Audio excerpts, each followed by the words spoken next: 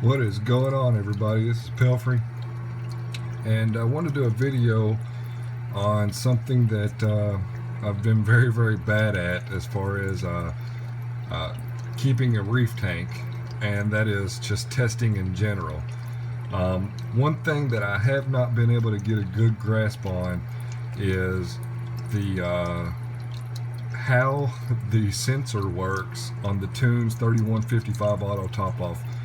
Every time I do a water change, I'm removing 5 gallons, I'm adding 5 gallons to the tank. But whenever the auto top off comes back on, it primes the pump, so it's pumping some fresh water back into the tank. And I've had to move this magnet. The sensor is right here at the tip of my finger. This float will shut the auto top off if the water gets too high. So at this very moment, I'm not really liking this auto top off, and if you have any suggestions or know of any videos that give a good explanation as to how to set this thing up, I would love to hear them. The reason why this is even a discussion is because I finally checked my salinity, and luckily I caught it in time, and I was down to 1.023, and my target range at any given time is 0.026. So what happened was whenever the auto top off was turned back on after a water change, clearly it was dumping too much water into the sump, and I kind of knew that, but I never did check the salinity. So what I've been doing over the last week and a half is I've been topping off with salt water, and I am now back at the 2.5, 2.6 range, which is where I want to be. Previously, on my other tanks, I used the JBJ auto top off, and as you know, it uses floats to trigger the pump. And at this very moment, I like the JBJ auto top off better, just because I never had this issue whatsoever with it. So, it's a toss up. I do like the Tunze because it comes with its own pump, but for the price, I should like this one better. But at this point, I'm really at a point where I'm kind of frustrated, and I don't know if it's with either myself or just the top off, the Tunze auto top off in general. So, like I said, if you have any suggestions on how to manipulate this to work, then by all means, please let me know, because I finally turned it back on today, and my sump level is a little bit higher than I like it, but it's going to work. So, what brought me to test my salinity? Ignore the algae there, but this was once a bird's nest.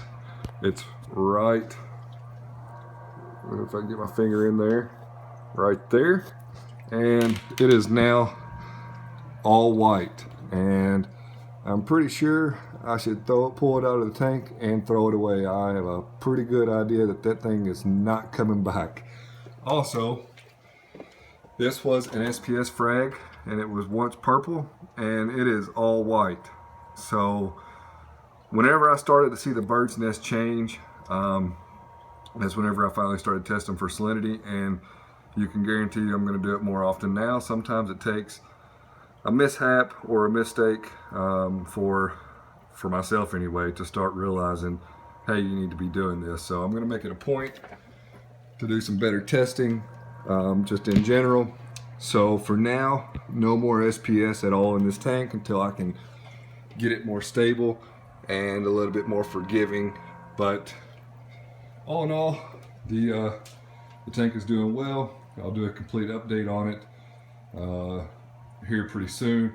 Been kind of slow with things, I understand, only because I actually resigned from my current job 2 weeks ago. My last day was this past Friday. I start a new job tomorrow, the 10th, March 10th. I'm going to try to get this video out tonight or tomorrow, but this is just wanted to address the auto top off situation and the salinity. I've been quite frustrated with it for a little while, and also I'm working on a new manifold, and what sucks is I'm working with such a small sump area that the reactors that I want to add to the tank, the Tunze pump just turned on, so hopefully it turns off, but the reactors I want to add to the tank, I really want to hang them over top of the sump, and I'm going to get rid of this reactor. But the problem I'm going to run into is the reactors are going to hang from the top of the stand, and as you know, I have the Nyos 120 skimmer, and I also have a Rain 2 algae turf scrubber I'm going to add in here. So while I'm down here in the sump area, I just want to take a second to film this. So this was from the Marine Pure block that I cut up. I actually pulled it out of the system a little bit at a time. I threw another bag of pond matrix into the sump, and I'm done for right now with the pond matrix, the Marine Pure block. Had I not cut it, this probably would not be an issue, but that really bothers me aesthetically. So I pulled it out of the sump a little bit at a time, like I said, and I threw it in the garbage. I'm tired of dealing with it and trying to clean that crap up. With the Marine Pure, I don't have to worry about that. I guess I spoke too soon.